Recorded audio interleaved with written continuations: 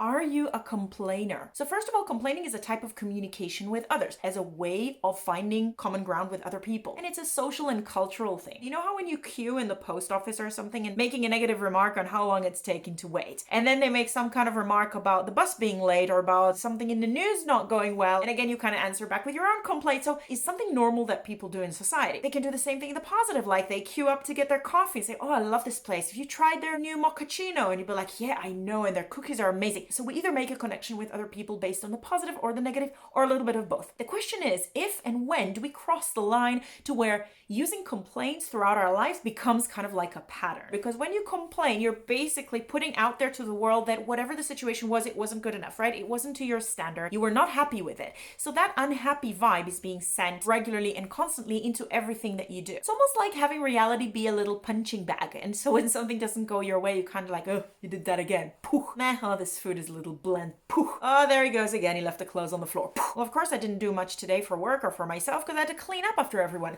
Now, the question is this helpful? Well, actually, I think that complaining is a stabilizer. It stabilizes the problem. It solidifies it instead of treating it, because at the end of the day, you keep on giving minor little punches all day long, but you're not actually getting to the root of the problem. And most of the time when we complain, nothing changes. You know what I mean? Because I discovered recently that I felt like I was doing more of that, complaining around the house, complaining about the children, complaining to your husband. And then I started thinking, well, if we don't get much out of it, then why do we keep on doing it? So we must get something out of it. I had to realize that it's almost like a survival mechanism. It's a constant release of some kind of deeper anger or frustration that we carry around, right? Because you get to let it out. But then at the end of the day, we become grumpy, annoying people to be around. Heck, I don't even want to be around myself sometimes when I'm like that. When it comes down to it, for me, and I don't know, maybe for you guys as well, I think it has something to do with the inability of accepting things the way they are. You know how you say, God give me the strength to change what I can and to accept what I cannot change. When I find things around me that I'm frustrated that I cannot change, I just fight with it all day long. It resembles OCD a little bit, obsessive compulsive disorder, where you always have to change things, move things, touch things,